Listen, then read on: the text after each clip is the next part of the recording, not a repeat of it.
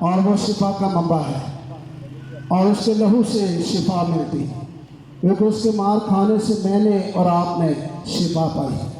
تو آج خداوند یسوع مسیح کے شلالی اور قدرت والے کلام میں سے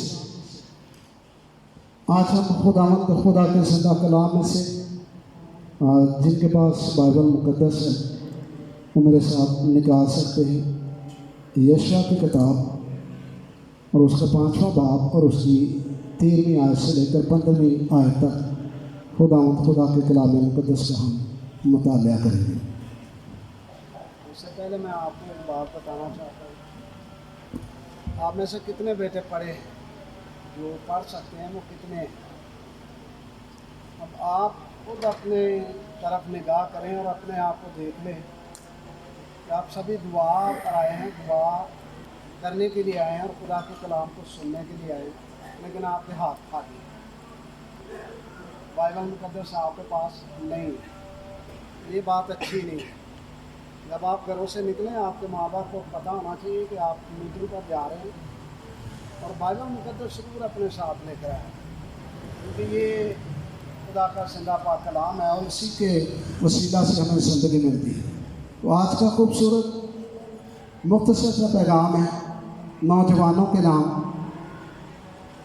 کیونکہ آپ سبھی نوجوان ہیں اور آپ سبھی نوجوانی کے ایام میں ہیں اور میرا ایمان ہے کہ خدا آپ کو اپنے جلال کے لیے استعمال کر رہا ہے.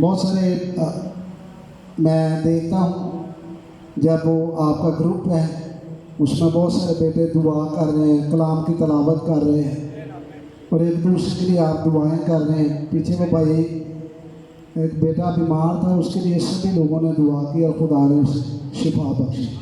بھائی سنی ہے ہمارے درمیان، خدا نے انہیں بھی شفا بخشی ہے. ان کے لیے بھی لوگوں نے دعا کی، بیٹوں نے ایمان کے ساتھ دعا کی اور خدا نے شفا بخشی. سو میرے ساتھ دیکھیے یشوع کی کتاب 5واں باب اور اس کی 13ویں آیت. جب یشوع یریکو کے نزدیک تھا تو اس نے اپنی آنکھیں اٹھائیں. کیا دیکھتا ہے کہ اس کے مقابل ایک شخص ہاتھ میں ننگی تلوار لیے کھڑا ہے اور یشوع نے اس کے پاس جا کر اس سے کہا تو ہماری طرف ہے یا ہمارے دشمنوں کی طرف؟ اس نے کہا نہیں، میں اس وقت خداوند کہ لشکر کا سردار ہو کر آیا ہوں.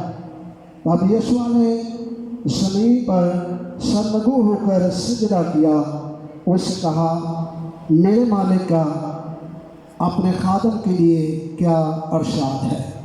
اور خداوند کے لشکر کے سردار نے یشوع سے کہا اپنے پاؤں سے جوتی اتار دے، کیونکہ یہ جگہ جہاں تو کھڑا ہے وہ مقدس. سو یشوع نے ایسا ہی کیا. خدا ان کے پاک کلام کے پڑھے اور سنے جانے پر خدا کی برکت ہو.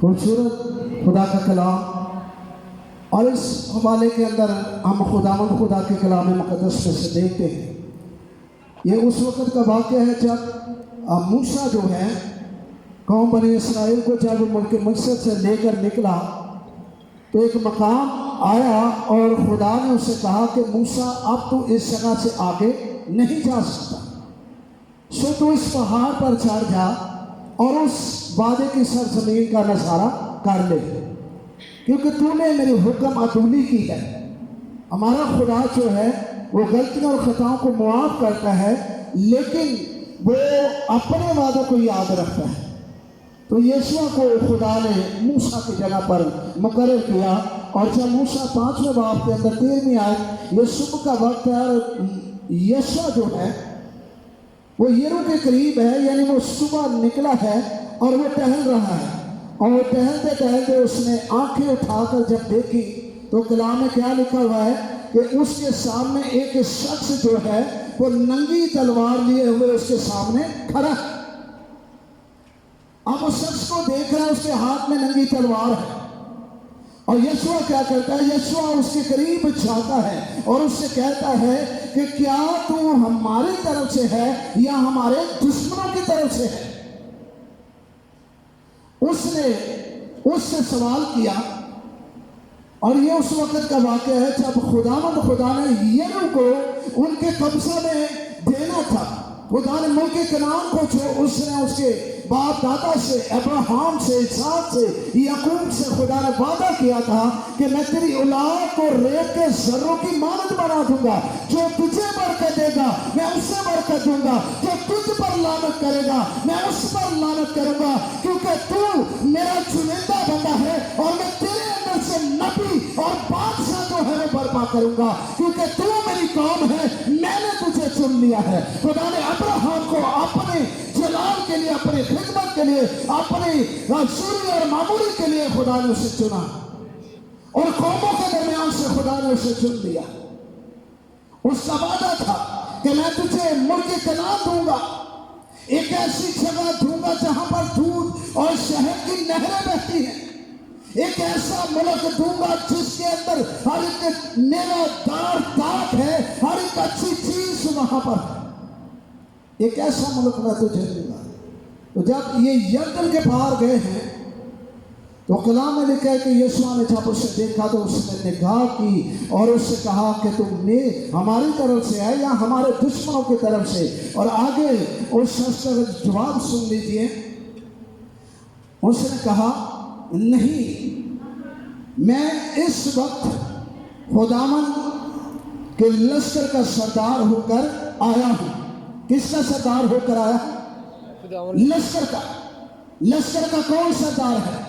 خداوند، خدا جو لشکروں کا خدا ہے۔ زبور 24 کے اندر لکھا ہوا ہے کہ لشکروں کا رب جو ہے، جنگوں میں شوراور جو ہے، خدا قادر جو ہے، وہ ہمارا رحیم باپ ہے۔ یہاں پر یہ کہتا ہے میں اس وقت لشکروں کے سردار کی طرف سے آیا ہوں، یعنی اس کا مطلب ہے کہ خداوند خدا خود اس جگہ پر موجود ہوا۔ ہاللیلویا، ہاللیلویا۔ اس نے خود یسوع کے ساتھ باتیں کی، اور کیونکہ یہاں پر لکھا ہے اس نے کہا کہ اے یسوع اپنے پاؤں سے جوتی اتار دے، کیونکہ جس جگہ پر تو کھڑا ہے وہ جگہ پاک ہے۔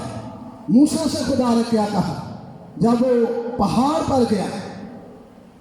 موسیٰ دیکھنے کے لیے گیا اس ساڑی کو، اور کلام میں لکھا ہے خدا نے کہا کہ اے موسیٰ اپنی جوتی اتار دے، کیونکہ جس جگہ پر تو کھڑا ہے وہ جگہ کیا ہے؟ پاک ہے۔ اور میرے بیٹے یہودی جو ہے وہ سوائے خدا کے کسی کے آگے نہیں جھکتے، سوائے خدا کے۔ یہاں پر کلام میں لکھا ہے کہ یسوع جو ہے وہ سرنگوں ہو گیا، اس نے اسے سجدہ کیا، سجدہ کر کے اسے کہا کہ اب میرے مالک کا تیرے خادم کے لیے کیا حکم ہے؟ اس نے جان لیا کہ یہ خدا ہے، جس کی مدد کے لیے خدا نکل آتا ہے، اسے دنیا کی کوئی طاقت ہرا نہیں سکتی، اسے دنیا کی کوئی طاقت جو ہے وہ نیچا نہیں دکھا سکتی۔ یہاں پر خدا کے کلام میں لکھا ہے، پھر اس کے ساتھ بات چیت ہوتی ہے ساری، اور اس سے کہا جاتا ہے یسوع 6 باب اور اس کی 10ویں آیت میں، اور اس سے پہلے اسے ایک تحریر دی جاتی ہے اور کہا یہ جاتا ہے کہ 7 کاہن عہد کے صندوق کے آگے آگے چلے۔ اب انہوں نے فتح کس کو کرنا ہے؟ یریکو۔ یریکو کی جو دیوار ہے، یہ دیوار کے بارے میں تھوڑا سا میں آپ کو بتا دوں، اس کی ہسٹری بیان کرتی ہے کہ 2 دیواریں ہیں۔ پہلی جو دیوار ہے یہ 20 فٹ اونچی اور 6 فٹ چوڑی تھی، یہ پہلی دیوار میں یریکو کی آپ کو بتا رہا ہوں۔ اس کے اوپر ایک وقت میں 2 راتھ جو ہیں وہ دوڑتے تھے، 20 فٹ اونچی اور 6 فٹ چوڑی تھی، اور یہ اتنی مضبوط تھی کہ توپ سے یا ٹینکر سے اس دیوار کو بھی نہیں گرایا جا سکتا۔ 20 فٹ چوڑی، یعنی آپ اگر اندازہ کریں تو یہاں سے لے کر تقریباً جہاں پر لارنس بیٹھا ہوا ہے یہاں تک 20 فٹ بنتی ہے، اتنی چوڑی دیوار تھی، اتنی مضبوط دیوار تھی۔ اور دوسری ہسٹری بیان کرتی ہے کہ یہ 2 دیواریں تھیں،